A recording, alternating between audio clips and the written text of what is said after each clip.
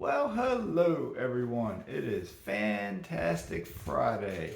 It's the last day of the typical work week, Monday through Friday, because it's not a holiday. Unless you took the day off and you're a normal worker, you're probably working today. If you're a shift worker, you might be working. Of course, I'm making this in the morning on Friday morning, so some of you might have got off work last night or early this morning and be in bed right now sleeping because you're a night worker. Maybe you work second shift. You might still be sleeping as I'm recording. Anyway, hopefully you're having a great day. It's fantastic Friday, June the 9th. Yep, the year 2023. I'm Mazske Finance coming to you still from the United States of America. Hopefully you're doing outstanding. Anyway, slow and steady wins the race. Yes, it does. You may not be the overall victor, but you will win your personal race, slow and steady.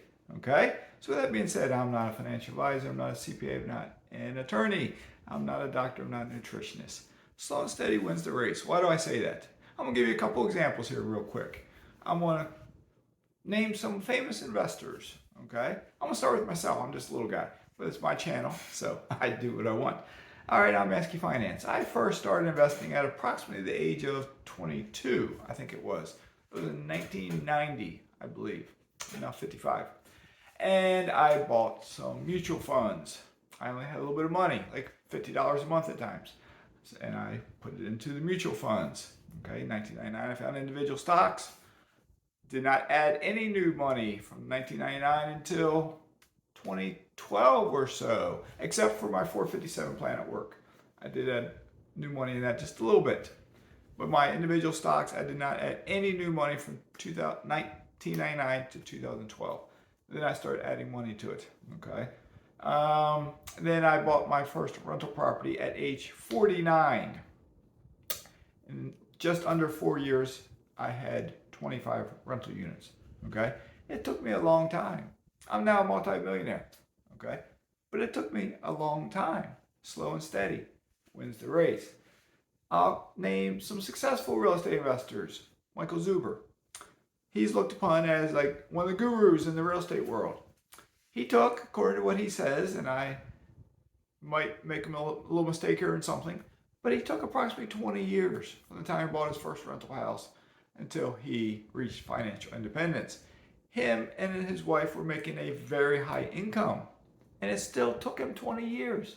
I made peanuts, and it took me 29 years or whatever I said, you know. So, but he's known to be a great real estate investor, right? Which he is. He's successful. Okay. Look at Warren Buffett. Warren Buffett is like old right now, but he's a billionaire, I think, a multi-billionaire. And one of the U.S.'s world's richest men. And he's, late 80s, I think, pushing 90. But most of his wealth, I believe, was created after age 50 or 55, something like that. And he started investing as a younger guy. Slow and steady wins the race. And yet I see so many young people, especially, and of all ages, who get into real estate. They want to rush. Some of them are like me. I did want to rush. I was 49 years old when I bought my first. I was 50 by the time I bought my second. And then I bought my triplex and I bought another one. Then I started buying more. But around age 52, 53, I started realizing my mother had died at age 55 from a disease that is partially hereditary, they think. But it's a fatal disease. If you get it, you will die.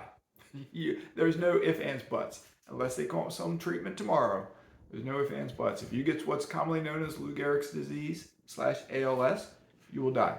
I have seen people die of cancer. I've seen people who have had heart attacks.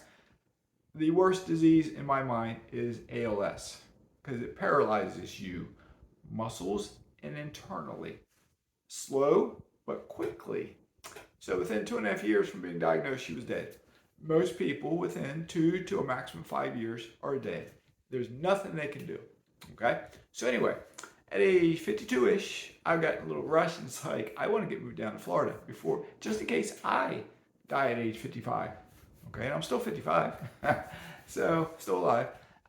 So I did. and I've been successful so far. I'm still here. I got a nice pool, I got a dock and a tiki hut, and I got a boat lift, and I have a body of water there that if you get in a boat, you can reach literally any body of water, any ocean in the world. That means there's salt in that water out there. Okay, it's not fresh water, there's salt. So if you want to buy my house and you got just a little bit of money to buy a boat, now if you got a little boat, you can't sail anywhere in the world. But if you have almost any boat at all with a motor, you can go from my backyard to the Gulf of Mexico. If you got a little bit of a bigger boat, you can keep on going. Okay, but slow and steady wins the race. If you start buying real estate, slow down a little bit. Take your time. Take your time. There's two young guys, Cody and Christian. They're young. They bought a lot of rentals, real estate at a very young age. That's fine. There's always people like that. They are outliers. Outliers. Okay? You look at others like two other YouTubers I'll call out. Graham Stephan and Millennial Mike. I'm sorry, Millennial Mike. I'm sorry. I did not mean you. I'm sorry. I apologize. I don't edit, so I'm sorry. I meant Meet Kevin. Graham Stephan and Meet Kevin. See, I do this all. I don't have any notes. I do it all from up here. I make mistakes. Meet Kevin and Graham Stephan. Okay? They have made their wealth from their YouTube channel. They have made like $1 million a month or something from their YouTube channel. Sure, they got some real estate. Sure, they got some other investments, stocks and whatnot. But their wealth comes from YouTube. They're entertainers. Okay? Do not tune into their channels to gain investing knowledge. Okay? I mean, you can if you want to. It's entertainment. Okay? Just like my channel is entertainment, but I try to be educational. Okay? Based on my experience and my so on and so on. Okay? But do tune into Millennial Mike's channel. He's been doing a lot of shorts lately because he's busy, little short videos. But look for his longer videos because he has a wealth of information. I helped mentor him when he was more of a beginning investor. He's now basically almost like a millionaire. Okay? Look at my videos with Helicopter Pilot Caleb. I got a playlist and you can find him in there. Helicopter Pilot Caleb. I started mentoring to him as a young man. He became a millionaire by age 27-ish. Okay? Look at myself. I was not a millionaire at age 49 when I bought my first rental property. I'm now 55. I'm a multi-millionaire. When I say multi, two-ish. All right? So, but slow and steady wins the race. All right? I know it's daunting to want to buy your first rental property. I know it's daunting to try to save up the down payment to get your first rental property. I know if I talk to you in this community somewhere and I say you need somewhere $15,000 to $20,000 minimum to buy a rental property, that there are people out there who might look at that and be like, $15,000 or $20,000, that's like an insurmountable mountain that they can't cross it, they can't climb it. But I'm saying, almost all of you out there, if you want to, you can climb it. One step at a time, all right? There's no rule that says you have to buy your first rental property as soon as you get the idea and you got to get the money to buy it. You might have to save up your down payment. It might take you 2 years. Check out Dion Talks. Dion is a guy who it took him 10 years to reach financial independence. And if I remember right, when he bought his first rental, it took him something like 2 years either to buy his first or to get a second. Because he was in debt when he started, like $80,000 in debt with children. Okay, and he had to get out of debt first. So then it took time, okay? But 10 years is not a long time. I bought 25 in 4 years when I had very little money to start with, okay? So 4 years is not overnight. 4 years is not a lifetime. 10 years is not overnight. 10 years is not a lifetime. 20 years for Michael Zuber is not overnight, but it's not a lifetime either. So what I'm saying is, don't be in a rush, but don't dilly-dally and not get started. You have to get started. I'll beat this dead horse over and over and over again in a lot of my videos. You just gotta get started. You gotta put it in your mind that you get started. If you're trying to save a down payment, get a high yield savings account. I use Wealthfront. I'm getting 5.05%. Their rate right now, not introductory, their rate right now is like 4.55. If you open an account at 4.55 and you refer someone, you get a boost for 90 days of a 0.5% boost, which 4.55 is up, 0.5 is up to 5.5, 5.05, sorry, 5.05. If the Fed does raise rates again, odds are Wealthfront will raise their rates again, okay? Ally Bank, they're increasing their interest to like 4.0. Others out there are around 5%, but they're not going to be probably your local brick and mortar, local credit union, or local bank on the corner. Okay, you're going to have to go on the internet probably, but there are some local banks. A lot of times they have CDs that'll pay you that much. So if you, and there might be a short-term CD. If you're trying to save a down payment up, that's an idea. If your local bank has a 3-month or 6-month CD, and maybe it's at 5.15%, you're trying to save for a rental property, you don't want to touch that money. If that's higher than you can get elsewhere, put your money into that CD. Usually they'll have a minimum of $1,000 or a couple $1,000. If you got a couple $1,000, whatever their minimum is, put it in that CD for 3 months or 6 months. If you get a couple $1,000 more, you save up, and you're 3 months into the 6-month CD, and you know you still need more to save for the rental property, maybe buy another CD.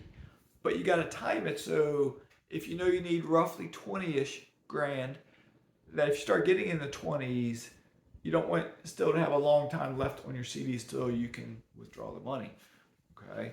But keep in mind, any gain you make, odds are it's taxable, and you got to pay tax on your tax return, just like getting interest. If you get 20 grand and you get a couple $100 a year in interest, that couple $100 you got to put on your tax return. But slow and steady, all right? One house at a time, $1 at a time. Check out my video yesterday. If you can get $15 from Upside, from using that app, the link's in my description from yesterday. Okay, if you can get $15, and from the moment you sign up, from then on, save 9 cents a gallon, 5 cents a gallon, 12 cents a gallon, whatever it is on any given day, on every gallon of gas you buy, it helps. It helps. Because if you save there, you start saving a little bit in the grocery store in some way. You start saving from your local Starbucks in some way. I go to Racetrack usually for my gas. Racetrack has an app. When I get to the gas station, put in my credit card that will give me points for buying that gas. They prompt me, do you have a Racetrack members card? I say yes. I punch in my phone number or something like that. And because I get gas, I get points on my app. And I don't really use them, but if I need to get a cup of coffee and I'm out and about, I believe my app can give me some free cups of coffee and some other stuff, okay? So it's just a little bit here, a little bit there. When I was a cop, I got free coffee. Save $1 or $2 or $3, get a little free cup of coffee, okay? If I had to pay for it, I would not buy it because I needed to save my dollars because I was trying to become financially independent through stocks. It just wasn't working for me. I wasn't going to get there to the level I wanted.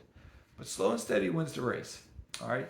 Because I'm telling you, if you can copy me in a way, in your own way, and I started at 49, and I'm now 55, that's 6 years.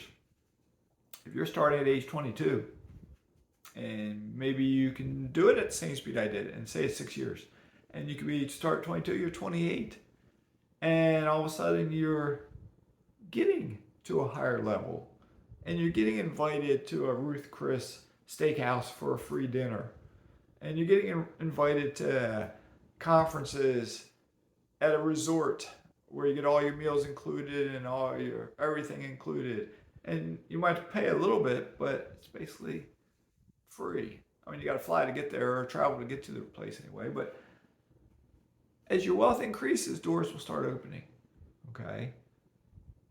Just by having the money, doors will open. It's weird. It's very weird how that works.